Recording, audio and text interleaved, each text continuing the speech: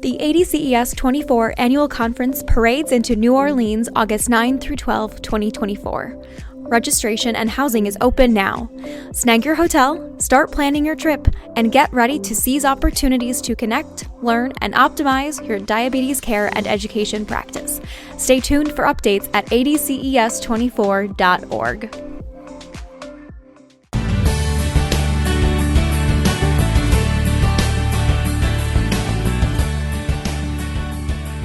Hello, and welcome to ADCES's podcast, The Huddle, Conversations with the Diabetes Care Team.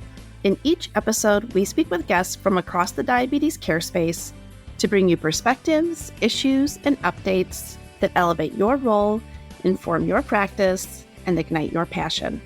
I'm Kirsten Yale, Director of Research and Development at the Association of Diabetes Care and Education Specialists. We know research is so important in making continued advances in diabetes care for all populations. Today I'm joined by Rachel Stahl-Salzman and Kerri Knippen, who recently finished up separate research projects, both related to care for people with gestational diabetes. I'm here to discuss with them how each of these projects came out, what they hope to learn from each study, and what they've learned along the way that can be helpful knowledge for any diabetes care and education specialist or member of the care team. Kerri and Rachel, welcome to the Huddle. Thanks so much for having us. I've been listening to this podcast for years and really excited to chat with you today. I'm also very happy to be here. It's an exciting opportunity to share some of our work and hopefully inspire others in the field to participate in this type of work. Well, if you guys are excited, I am really excited, I will say. As you both know, you have been my go-to resources for most things gestational diabetes over the past few years, primarily because ADCES has really kind of taken the step forward in this implementation science space where we're trying to take research, put it into practice, just because we know that's exactly where the diabetes care and education specialist sits. And this is really where you guys sit. You've been emerging stars in this area over the last couple of years. So I'm excited to talk to both of you. And the really cool thing is that we get to talk to both of you together in a conversation. So this is really cool. But before we jump into this topic and hear about all the great work you guys are doing, would love to have you maybe introduce yourself to our audience. Sure. So my name's Rachel Stahl-Salzman, and I'm a registered dietitian and diabetes care and education specialist in the Division of Endocrinology, Diabetes and Metabolism at Weill Cornell Medicine in New York City. And my passion, as I'm sure many of us here listening and in this room today are passionate about empowering people with diabetes to develop sustainable lifestyle changes, and really an interest in leveraging technology and digital health to help improve their health and overall quality of life. In addition to my clinical care, I hold a couple other responsibilities, including preceptor of our hospital's dietetic internship program, actively involved in interdisciplinary education, and more recently, which will be the focus of today's talk, focused on quality improvement studies to help advance diabetes care. Fantastic. Kerri, you want to go ahead? Yeah, thank you again for the opportunity today. I am an associate professor at Bowling Green State University. My training and background, I am a registered dietitian. I've maintained the BC-ADM credential in diabetes since 2008. And I currently teach in the food and nutrition program, and I'm the graduate coordinator. As a faculty member, I have responsibilities related to teaching. I teach medical nutrition therapy, special topics on diabetes, which I love and enjoy getting to do. And then I also do research, and my research has focused primarily on gestational diabetes and diabetes in pregnancy. Fantastic. And you guys do know each other outside of this, right? Like, I know we've had conversations before. Yes, and it's so exciting to get us in the room together. And I feel like there'll be so many synergies with our research interests. So this is great. So Rachel, why don't you start with your project? We had a discussion about this, a couple months ago. We were chatting. We were talking about this really cool work you had the opportunity to do at Cornell. Absolutely. So this project on the use of CGM in gestational diabetes was part of a program at Weill Cornell called Quality Improvement Academy. And it was a really unique opportunity, which is a one-year program that trains faculty who are not traditional researchers. We had workshops from leading experts in the field. We learned all the different fundamentals of quality improvement. while also working on our own project to benefit the department that we work in. And for me, it was really exciting because as someone who's dedicated to clinical care, which I find incredibly rewarding, I was really drawn to this program because being able to be part of studies can really help make a broader impact. So when I saw an email about the program, I said, I've got to jump in and try it. And I was excited to be not only accepted in the program, but also as the first dietitian to attend. And what was it? This was putting continuous glucose monitors on women in pregnancy, right? Yeah, the focus was really evaluating the use of CGMs in GDM. So we were able to offer it as an option, and women were able to choose if they were interested or they wanted to stick to traditional blood glucose monitoring. And those that were interested, we developed a workflow to help support them, educating them through virtual classes on optimizing the use of CGM in pregnancy, because we all know there's specific glucose targets, specific goals that are unique to this population. And as part of the project as well, we wanted to evaluate their experiences. Were they finding it helpful? Was too much data overwhelming? Were there barriers to getting the CGM? We have looked at insurance coverage for these devices. So it's really interesting that we were able to evaluate quite a few different areas within this realm. Any outcomes you could share? I mean, did you see any differences between the two? Yeah, so in terms of our outcomes, one of the big things was just to really evaluate how many women that we offered CGM to were actually interested and able to use it. Were they able to get it through their insurance? Were they continuously using it? Were they stopping it for certain reasons? And we found that over 50%, actually nearly 58% of all participants in our study chose to wear a CGM. And that was really encouraging to us. And while it's great that half of them chose the CGM, we really wanted to evaluate that continued usage. For everyone who's, in the CGM world, we know that in order to really evaluate data in a reliable way, we need at least 70% of active time over like a 14-day period. So we chose that as a metric to look at of what percent of them were continuing to use it with that 70% active time. And we found that nearly 3/4 of them did wear it for that time. And the satisfaction on CGM was great. We used a glucose monitoring satisfaction survey that was primarily for type 2 diabetes developed by Dr. Bill Polonowski. And we were able to adapt it for GDM with his guidance. So big thank you to Dr. Polonowski there. And with this survey, it was 15 questions using a 5-point Likert scale, ranging from strongly agree to strongly disagree, looking at various factors of CGM satisfaction, such as ease of use, how informative it was to them, was it painful? And we found overall a really high level of satisfaction. I guess I wonder, why not wear a CGM? So you said 75% or 3/4, right? What deters people from wearing a CGM? One of the barriers is insurance coverage. These devices, what was exciting and where this kind of research really was inspired was that these devices were approved for use in diabetes and pregnancy, including gestational diabetes, in 2022. And the devices are Dexcom's G7, Freestyle Libre 2 and 3. So even though they were FDA approved, the question is, can people actually get it? And we've seen continued barriers, although we're seeing much improvements across different populations, Medicare, commercial coverage. So that was one of the reasons. But also we noticed through our study that there was a lot of lack of healthcare provider education. This project, we really work closely with our OB counterparts, educating them about the use of CGM, how to interpret the data, right? To go from 4 glucose points to 24/7 glucose data of thousands of data points, it could feel very overwhelming. So one of the big barriers was also just HCP support in using CGM. Well, and that healthcare provider support, really interesting. It dives into, take a pause here and switch over to Kerri, because Kerri's doing a lot of work in the postpartum realm and really working with DCESs who are supporting women in postpartum. Kerri, do you want to really talk about your work? Yeah, sure. Thank you. And Rachel, that sounds so exciting. I'm excited to hear more about your work. I was fortunate to work with some members of the Mercy Health St. Vincent Medical Center, which is located in Toledo, Ohio. Their diabetes care and education team and I received a grant from the ADCES Foundation for the project. We were specifically interested in expanding the role of the DCS specific to the postpartum transition after gestational diabetes. And so within their care system, at the beginning of the project and really prior to the project, the DCS team was engaged during the pregnancy care. They would typically see a patient maybe 1 to 2 times. and the patient was monitored and managed by maternal fetal medicine. And so we're really looking at how could we expand the role of the DCS, and could the DCS act as a bridge between the pregnancy and postpartum period. We felt like the DCS was an appropriate person of the team because they're, knowledgeable on diabetes prevention. They have counseling skills. They're an individual that the patient may trust. So it really just made sense to really expand that role. One other thing that we did with the project was we used implementation science to really guide the project. So we had some conceptual ideas from the get-go, which included a care planning intervention, and again, expanding that role of the DCS.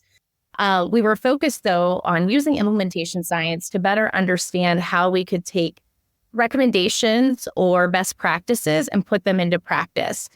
So we know that sometimes there can be that no-do or knowledge to practice gap that occurs in translating evidence-based recommendations to practice. So we use implementation science really throughout the process to understand really the factors that affect the adoption, the implementation, and also the sustainability of new practices in care. We used a multi-level, multi-phase approach. We focused our project over 4 phases, and we were really meaningful with each of those phases to think about ways that we could make purposeful change within the workflow and also within the system based on the resources that they had available. What I found what was really inspiring was that I was asking a lot of the DCS team, and they were engaged throughout. And using implementation science really provided a flexible approach. They had ideas of maybe what they were getting into at the beginning, but we didn't know every detail from day one. And really that implementation science approach allowed us to explore ways that they could make changes that aligned with the mission of the hospital system, person-centered care, as well as the evidence-based recommendations that were out there related to postpartum risk reduction after gestational diabetes. Implementation science, it's a topic we talk about a lot. Not a lot of people really can truly wrap their heads around it. Mm-hmm. And you talked about the flexibility and how it can respond to the health system. Can you maybe dive into that a little bit more? Like, how is implementation science different? How can it be responsive to the immediate needs? We kind of broke our project into 4 phases. The first phase was exploration. And within that, we did really a deep dive into what the current practices were within their current diabetes management for gestational diabetes. We really wanted to learn more about what worked, what didn't work. And we engaged stakeholders from within the DCS team, but also the broader system within those conversations. So we had focus groups, in-depth individual interviews. It was a really good opportunity for me as a kind of the outside researcher to learn more about what was going on. But I think it also helped foster some conversations within the team about, what can we do differently? So again, there was kind of this idea of a care plan intervention using a DCS, but we used those different phases to kind of move through that. In the preparation phase in particular, we found that we took the idea from concept to really preparing for implementation. There were many moving pieces in this phase, and implementation science really helped the team keep moving forward, especially when other demands took over. So that was something that was particularly important, is that I recall, being in the field as a dietitian, that sometimes we can have ideas, but, the day-to-day can take over. So my role as the researcher was to really use that implementation science to kind of keep us moving forward. There was some hesitation at different points from the diabetes care team, but they remained excited. They remained engaged. And what really I thought showed through was that they became excited as we kind of neared the end of that preparation phase. And they were, really excited about moving into the next steps of implementation. But that preparation phase in particular really helped the team operationalize the care plan and what they would need to do in their workflow to be able to implement something new in their practice. So this included digging into their EHR. They were actually able to develop a template for gestational diabetes patients. And this was a template then that they used throughout the project, and it kind of became the standard of care, and they're continuing to use that today.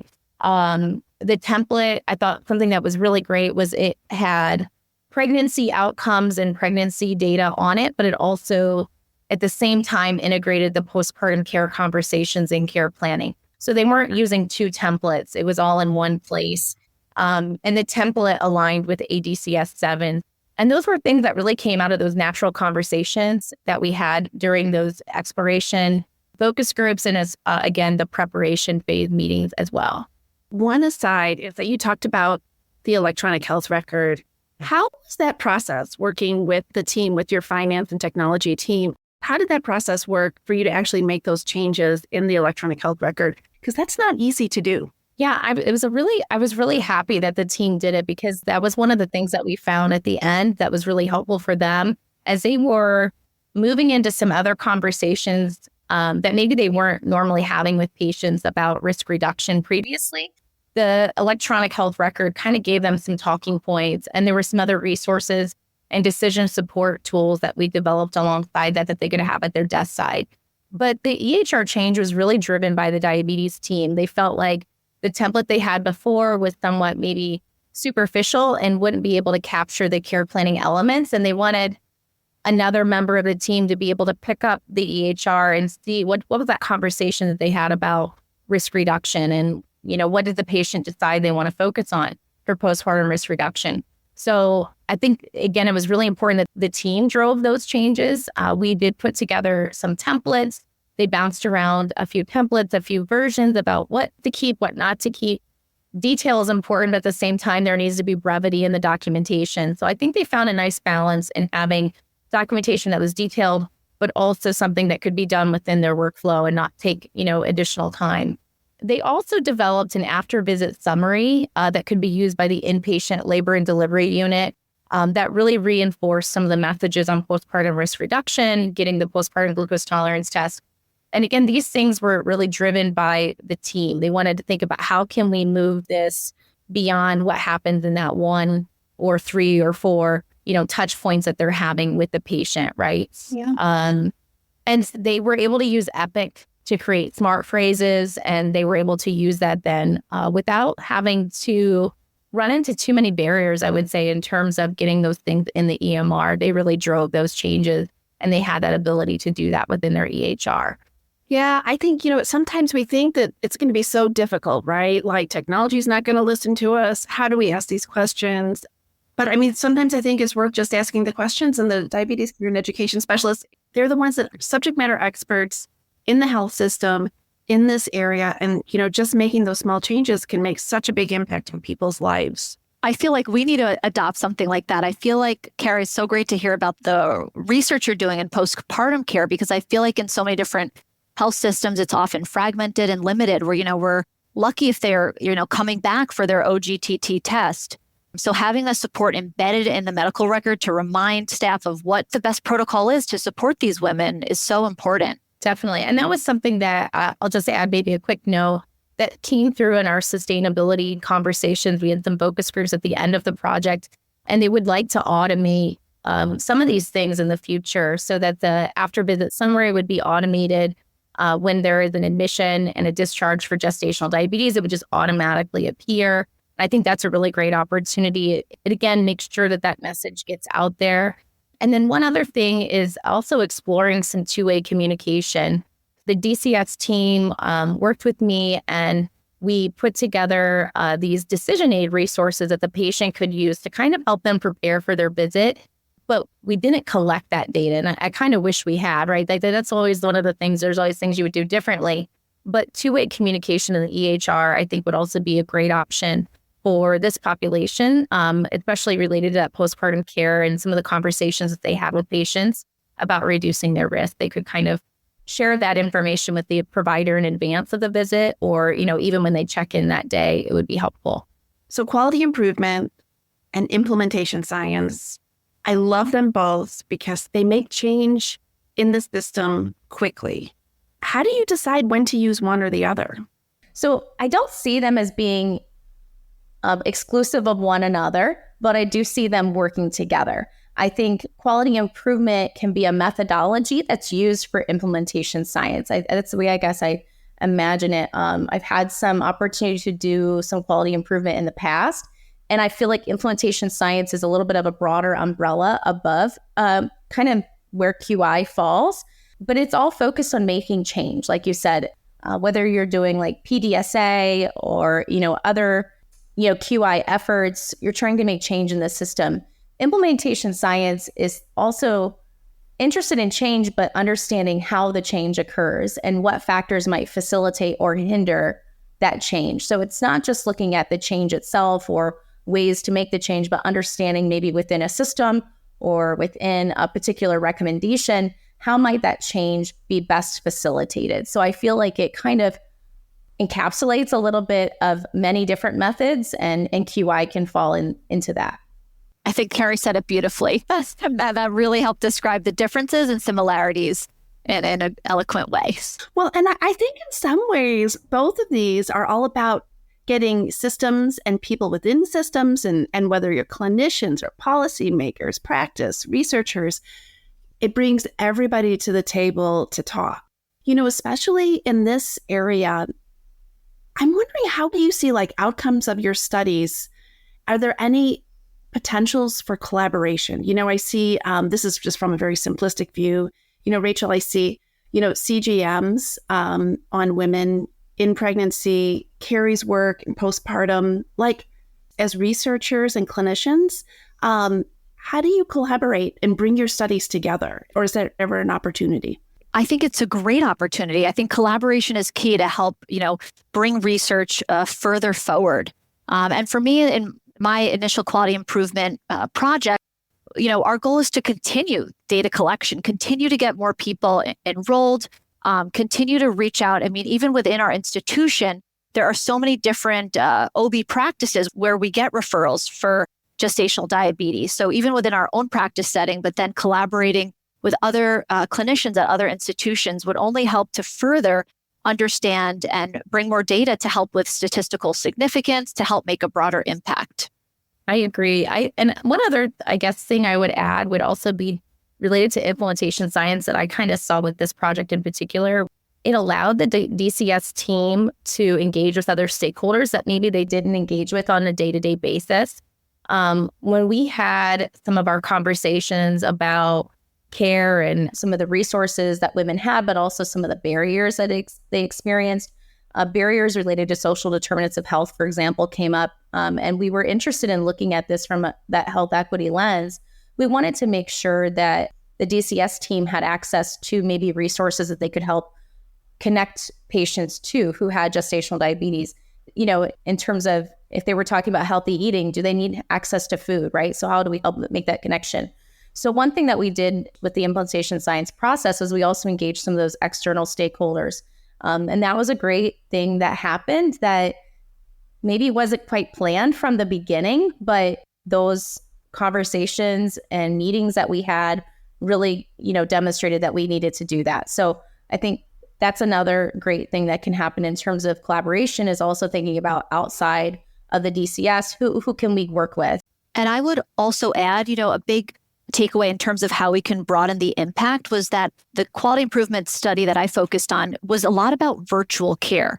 We offered virtual classes teaching women about what gestational diabetes is, the foundation of lifestyle management, and then a special class dedicated solely to CGM.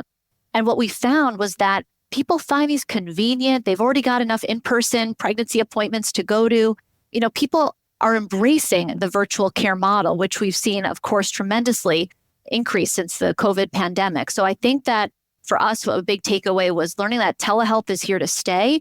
And it's been an opportunity to not only overcome geographical barriers, but ensure more people receive the support. We're able to see more people in that 1 hour than having individual appointments, which, in a busy endocrine practice can be unrealistic in a lot of ways. So that also, combined with the peer support of a group class in a virtual care setting, was also a big takeaway. I didn't realize that your project also had telehealth. So we did telehealth as well. And that was an option that a lot of patients really did. I agree. It was well received. It was accepted. They did the postpartum touch point with patients that was done through telehealth. And it was a way to connect with women in that postpartum transition that made it more feasible. And I think that is something for this population in particular, they valued. And it's interesting to hear that you had a similar outcome as well. Well, I can jump in and say that I'm a mom of two, and in pregnancy and post-pregnancy, that period of time right after is a crazy time. So anything you can do to make it easier on women I'm sure they're grateful. Any final thoughts you want to share, any empowering thoughts you want to share with the DCESs that might be listening? Absolutely. A big takeaway from the quality improvement study that I did is that, we see the power of technology to empower people with gestational diabetes. We saw that it led to greater satisfaction, more confident in their management plan.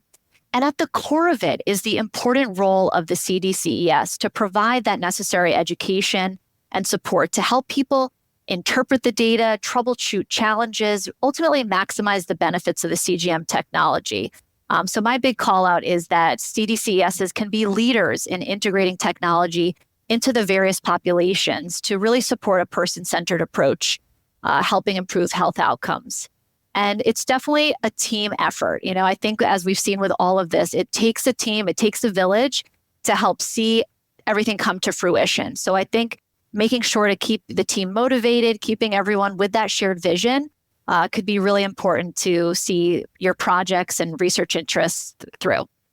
And I would just add that I truly enjoyed the opportunity to work with the diabetes care team. And I believe in what we can do. And our project really, again, just reinforced that the diabetes care team is an integral part of the healthcare team. Thinking about whether it's trying to integrate CGM or any new practice into our workflow, it's important that we give ourselves permission, right? And I think the implementation science approach for at least our project helped that DCS team not feel boxed in. And I would just encourage others who are interested in trying to implement a new practice or a new standard of care to do that. And again, perhaps use implementation science. There are a variety of frameworks and approaches out there. And there's a lot of great resources that you can use to help foster that change. The DCS team, while they were focused on patient outcomes, there were some really great outcomes related to the clinician side. And implementation science is not just focused on the patient, but also the clinician and the healthcare system. And what they were able to see is that they could reframe their role. It had provided some job enrichment. They were able to stay with that patient beyond the pregnancy period. And it was well received and well recepted by stakeholders, patients. It opened doors for future research, which was super exciting. They've had recognition from their leadership. So I just would encourage you to think about, how can I push myself out of the comfort zone? And maybe this is something that I can use to do that and to engage others who can help me do that. Well, this conversation has been incredible. And what I heard at the end here was, the system might be a maze, but diabetes care and education specialists can give themselves the permission to be leaders. And that's what I'm hearing from both of you, right? As I synthesize your last thoughts, it's give yourself that permission to be a leader, because that's really what's going to make the change for the patients that you're supporting. Kerri and Rachel, thank you so much for this conversation. I know you both have resources that we're going to put in the resource links for this podcast that people can access. I'm sure people will want to reach out and talk to you. But again, grateful you were here. Thank you so much for this conversation. I always have fun talking with you. Thank you. And just to plug, I will have a poster at ADCS. If anybody wants to stop by, I'd be happy to share more information about our project and what we found. And I'll also be at ADCES and presenting on this topic. So definitely, we look forward to meeting you. Well, I'm going to stop by and see both of you at ADCES in New Orleans. That's going to be fantastic. Thank you. Thank you so much. Thank you for listening to this episode of The Huddle. Make sure to download the resources discussed on today's episode. You can find them linked in the show notes. And remember, being an ADCES member gets you access to many resources, education, and networking opportunities. Learn about the many benefits of ADCES membership at adces.org/join. The information in this podcast is for informational purposes only and may not be appropriate or applicable for your individual circumstances. This podcast does not provide medical or professional advice and is not a substitute for consultation with a healthcare professional. Please consult your healthcare professional for any medical questions.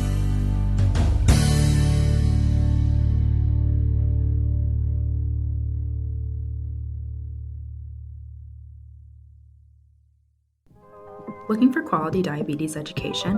ADCES can help your team elevate its knowledge with diabetes team training. be better equipped to effectively support those with prediabetes, diabetes, and other cardiometabolic conditions. Diabetes team training is customizable and available in multiple educational formats. As a jointly accredited entity, ADCES provides continuing education activities for healthcare professionals.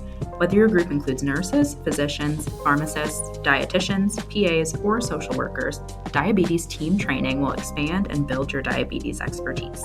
Learn more at adces.org.